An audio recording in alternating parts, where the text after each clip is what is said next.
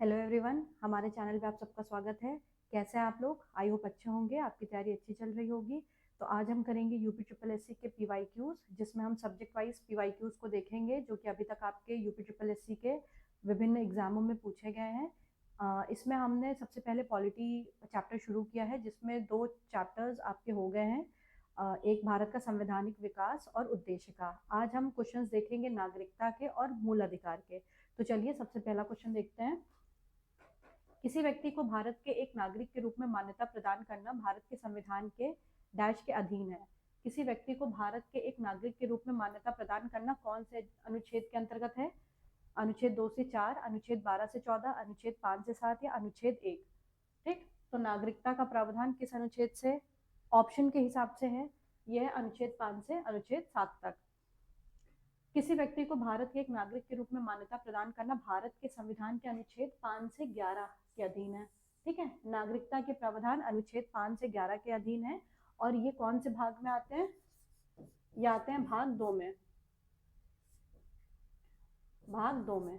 ठीक, यह नागरिकता से संबंधित है, जो कि भाग 2 में आता है। निम्नलिखित में से कौन सा कृत्य किसी भारतीय की नागरिकता को रद्द करा सकता है? नागरिक ने संविधान के प्रति निष्ठाहीनता दर्शाई हो, नागरिक ने युद्ध के समय गैर कानूनी तरीके से शत्रु के साथ संपर्क साधा हो। केवल एक, दोनों, ए और बी दोनों, केवल बी, या ए और बी दोनों में से कोई नहीं। तो किसी भारतीय की नागरिकता को कैसे रद्द किया जा सकता है? ये दोनों ही अगर रीजन होंगे तो किसी भी भारतीय की नागरिकता को रद्द किया जा सकता है।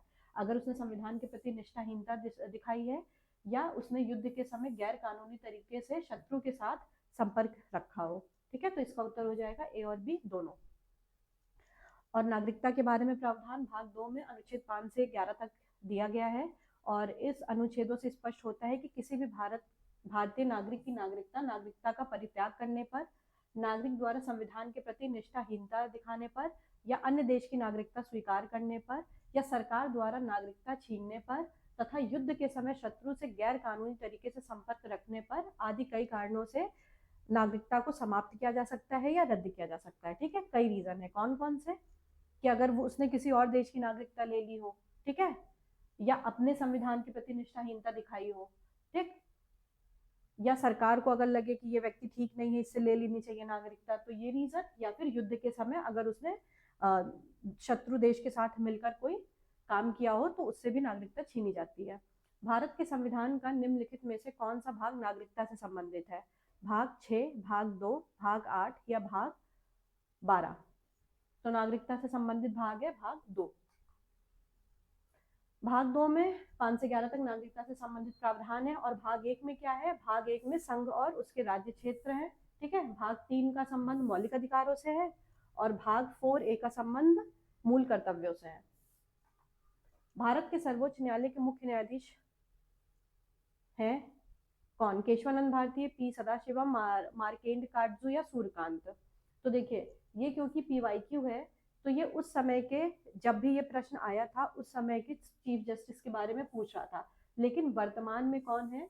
ये सूर्यकांत है। ठीक, तो जब भी आप पीवाईक्यू पढ़ेंगे और किस तरीके के प्रश्न पूछे जाते हैं, अगर उसमें ये पूछा गया है कि मुख्य न्यायाधीश कौन रहा है, तो आप उसको तुरंत करंट से अपडेट कर लेंगे। और ये ध्यान रखेंगे कि इस तरीके के प्रश्न भी स्टैटिक को कैसे करंट अफेयर्स से जोड़ के पूछा जाता है।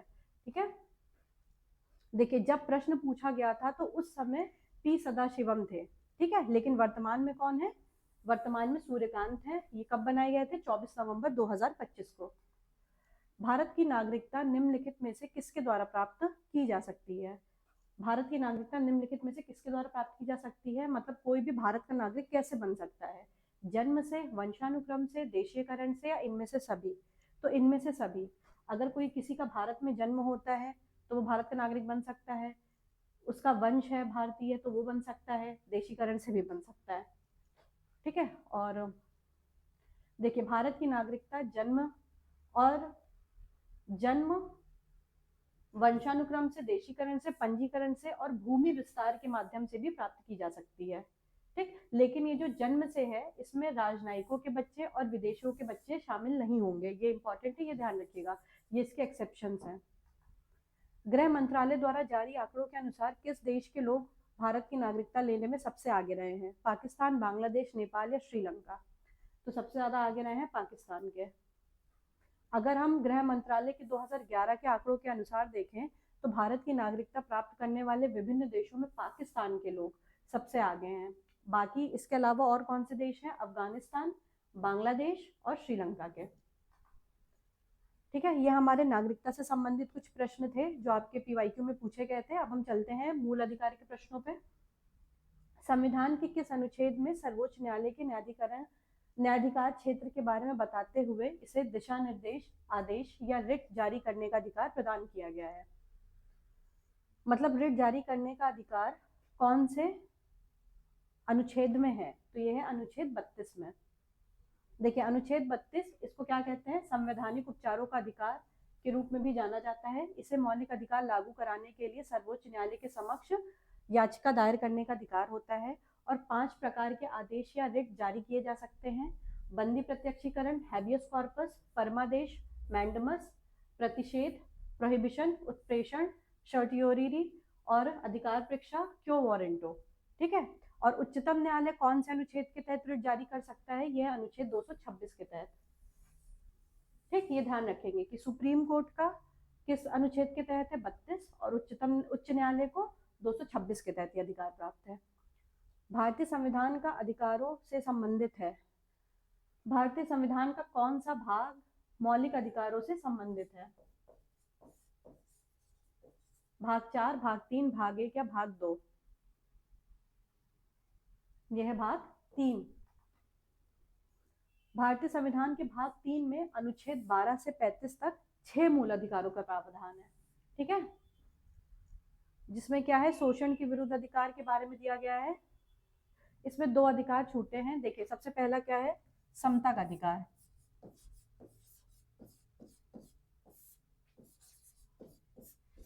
समता का अधिकार ये कौन से अनुच्छेद के तहत दिया गया है? 14 से 18 के तहत। फिर दूसरा है यहाँ पे स्वतंत्रता का अधिकार। समता का अधिकार, स्वतंत्रता का अधिकार, ये कहां से कहां तक दिया गया है? ये दिया गया है 19 से 22 तक। ठीक है, इसके बाद शोषण के विरुद्ध अधिकार, अनुच्छेद 23 से 24, धर्म की स्वतंत्रता का अधिकार, अनुच्छेद 25 से 28, सांस्कृतिक और शैक्षिक अधिकार, अनुच्छेद 29 से 30। फिर उसके बाद संवैधानिक उपचारों का अधिकार, अनुच्छेद 32। ठीक, जब संविधान लागू हुआ था या जो मूल संविधान था उसमें 7 प्रकार के अधिकार थे। ठीक है, इसमें एक संपत्ति का अधिकार भी शामिल था लेकिन बाद में उसको हटा दिया गया। अब इस समय सिर्फ 6 अधिकार है। कौन कौन से? समता का अधिकार, स्वतंत्रता का अधिकार, शोषण के विरुद्ध अधिकार, धर्म की स्वतंत्रता का अधिकार, सांस्कृतिक और शैक्षणिक अधिकार। ठीक है, ये ध्यान रखेंगे आप, और संवैधानिक उपचारों का अधिकार। संपत्ति के अधिकार को वर्ष 1978 में 44वें संविधान संशोधन द्वारा हटाकर भाग 12 के अनुच्छेद 301 के तहत एक कानूनी अधिकार बना दिया गया। ठीक, अब ये संवैधानिक अधिकार की कैटेगरी में नहीं आता, ये कानूनी अधिकार की कैटेगरी में आता है। कुछ मामलों में गिरफ्तारी और हिरासत के खिलाफ संरक्षण भारत के संविधान का शीर्षक है। किस अनुच्छेद के तहत? अनुच्छेद 22, अनुच्छेद 9, अनुच्छेद 43 या अनुच्छेद 12? कुछ मामले में गिरफ्तारी और हिरासत के खिलाफ संरक्षण ये दिया गया है अनुच्छेद 22 में। कुछ दशाओं में गिरफ्तारी और निरोध से संरक्षण का उल्लेख इसमें किया गया है, और अनुच्छेद 9 कहता है कि यदि किसी व्यक्ति ने किसी विदेशी राज्य की नागरिकता स्वेच्छा से अर्जित कर ली है तो उसकी भारतीय नागरिकता खत्म हो जाएगी। और अनुच्छेद 12 राज्य शब्द को परिभाषित करता है, और अनुच्छेद 43 राज्य सभी कामगारों के लिए निर्वाह योग्य मजदूरी और एक उचित जीवन स्तर सुनिश्चित कराने का प्रयास करेगा। ठीक है, आगे बढ़ते हैं। भारतीय संविधान का कौन सा अनुच्छेद भारत के भीतर लोगों के प्रवास की गारंटी देता है? अनुच्छेद 190, अनुच्छेद 210, अनुच्छेद 19 या अनुच्छेद 220? तो इसका उत्तर क्या होगा? अनुच्छेद 19। भारतीय संविधान का अनुच्छेद 19 भारत के लोगों के प्रवास की गारंटी देता है।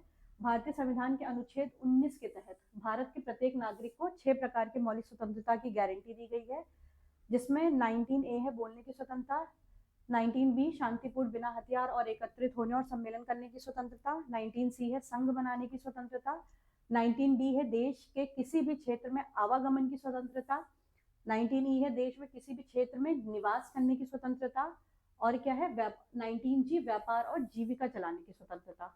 ठीक है, 6 प्रकार के हो गए। बोलने की स्वतंत्रता, शांतिपूर्ण बिना हथियार के सम्मेलन करने की स्वतंत्रता, संघ बनाने की स्वतंत्रता, आवागमन की स्वतंत्रता, निवास करने की स्वतंत्रता, व्यापार और जीविका चलाने की स्वतंत्रता। भारतीय संविधान का कौन सा अनुच्छेद बच्चों को खतरनाक कार्यों में लगाने का निषेध करता है? तो इसका उत्तर क्या होगा? अनुच्छेद 24। संविधान के अनुच्छेद 24 के तहत बच्चों को खतरनाक कार्यों में नियोजित किए जाने के निषेध का प्रावधान है। भारत के संविधान के अनुच्छेद 30 का शीर्षक क्या है? मानव तस्करी और जबरन श्रम पर रोक, शिक्षा का अधिकार, शैक्षिक संस्थाओं की स्थापना और प्रशासन करने का अल्पसंख्यकों का अधिकार, या उपयुक्त में से कोई नहीं। तो इसका उत्तर क्या होगा? शैक्षिक संस्थाओं की स्थापना और प्रशासन करने में अल्पसंख्यकों का अधिकार। देखिए, अनुच्छेद 29 अल्पसंख्यक वर्गों के हितों के संरक्षण से संबंधित है, और अनुच्छेद 30 है अल्पसंख्यकों को शैक्षणिक संस्थान स्थापित करने और उनका प्रशासन करने का अधिकार। भारतीय संविधान का कौन सा अनुच्छेद भाषण अभिव्यक्ति की स्वतंत्रता की गारंटी देता है? अनुच्छेद 25, अनुच्छेद 14, अनुच्छेद 19 या अनुच्छेद 21? तो ये स्वतंत्रता देता है अनुच्छेद 19। देखिए, और ये किस में है? 19(1)(a) में दिया गया है, भाषण और अभिव्यक्ति की स्वतंत्रता। ठीक, इसके अलावा जो बाकी ऑप्शन है, इसमें अनुच्छेद 14 जो था वो समानता का अधिकार देता है, अनुच्छेद 21 जीवन और व्यक्तिगत स्वतंत्रता का अधिकार प्रदान करता है, अनुच्छेद 25 अंतःकरण की और धर्म के अबाध रूप से मानने, आचरण और प्रचार करने की स्वतंत्रता प्रदान करता है। नेक्स्ट क्वेश्चन पे चलते हैं। UDHR यानी कि मानव अधिकारों की सार्वभौमिक घोषणा, universal declaration of human rights का कौन सा अनुच्छेद उत्पीड़न से शरण लेने के अधिकार की गारंटी देता है? अनुच्छेद 10, अनुच्छेद 14, अनुच्छेद 18 या अनुच्छेद 25? इसका उत्तर क्या होगा? अनुच्छेद 14। मानव अधिकारों की सार्वभौम घोषणा को अनुच्छेद 14 में उत्पीड़न से बचने के लिए दूसरे देशों में शरण लेने का प्रावधान किया गया है। भारतीय संविधान के अनुसार अनुच्छेद 14 से 18 निम्नलिखित में से किन अधिकारों से संबंधित है? संवैधानिक उपचारों का अधिकार, समता का अधिकार, शोषण के विरुद्ध अधिकार या धर्म की स्वतंत्रता का अधिकार? तो ये संबंधित है समता के अधिकार से। ठीक है, देखिए 14 से 18 समता के अधिकार से संबंधित है। संविधान के भाग 3 में अनुच्छेद 12 से 35 तक की मूल अधिकारों का वर्णन है, और ये कौन से भाग में है? ये भाग 3 में है। इसको भारत के संविधान का मैग्ना कार्टा भी कहा जाता है, और मौलिक अधिकारों को अमेरिका के संविधान से लिया गया है। भारतीय संविधान के किस भाग को भारत का मैग्ना कार्टा कहा जाता है? तो ये भाग 3 को कहा जाता है। मौलिक अधिकारों के भाग को क्या बोलते हैं? भारत का मैग्ना कार्टा। इसमें अनुच्छेद कहां से कहां तक है? 12 से 35 तक। मौलिक अधिकारों के प्रवर्तन के संबंध में उच्चतम न्यायालय का क्षेत्राधिकार क्या है? उच्चतम न्यायालय का क्षेत्राधिकार क्या है? इसमें मौलिक लेकिन अनन्य नहीं। देखिए, मौलिक अधिकारों के प्रवर्तन के संबंध में उच्चतम न्यायालय का क्षेत्राधिकार मौलिक है लेकिन अनन्य नहीं है, क्योंकि उच्चतम न्यायालय संविधान के दायरे में रहकर ही कोई निर्णय देता है, उससे बाहर नहीं जाता है। अनुच्छेद 32 क्या है? ये नागरिकों के मूल अधिकारों के उल्लंघन के विरुद्ध उपचार का उपबंध करता है, जिसमें रिट जारी करने का अधिकार होता है। और इस अनुच्छेद के अंतर्गत कोई भी व्यक्ति जिसके मूल अधिकारों पर कोई अतिक्रमण किया गया है, वो उपचार के लिए सीधे उच्चतम न्यायालय जा सकता है। इसलिए उच्चतम न्यायालय के नागरिकों को मूल अधिकारों का संरक्षक भी कहा जाता है। भारतीय संविधान के अनुसार कारखाने में रोजगार के लिए बच्चों की न्यूनतम आयु कितनी होनी चाहिए? 12 वर्ष, 18 वर्ष, 21 वर्ष या 14 वर्ष? इसका उत्तर क्या होगा? 14 वर्ष। अनुच्छेद 24 14 वर्ष से कम उम्र के बच्चों को कारखानों आदि में नियोजन से प्रतिषेध करता है। 14 साल से कम उम्र के बच्चे काम नहीं कर सकते हैं, लेकिन अभिनय के क्षेत्र में, बाल कलाकार के रूप में और घर के कार्य के लिए इसमें छूट प्रदान की गई है। भारतीय संविधान का कौन सा अनुच्छेद बेगार या बंधुआ मजदूरी पर रोक लगाता है? अनुच्छेद 14, अनुच्छेद 7, अनुच्छेद 32 या अनुच्छेद 23? तो ये अनुच्छेद 23 बंधुआ मजदूरी पर रोक लगाता है। ठीक, मानव का दुर्व्यापार और बेगार या अन्य प्रकार के बलात् श्रम पे ये रोक लगाता है। ठीक है, तो आज के लिए इतना ही। इसके आगे क्वेश्चन हम कल डिस्कस करेंगे। तब तक आप प्रैक्टिस करते रहे। अगर आपका कोई सुझाव है या कुछ और इसमें इंक्लूड करना है जो आपको लगता है, तो आप अपने सजेशंस हमें कमेंट में बता सकते हैं। बाकी आप और जानकारी के लिए हमारी और भी वीडियोस देख सकते हैं जिसमें हम डेली कॉन्सेप्ट भी पढ़ा रहे हैं। ठीक है, थैंक यू वेरी मच।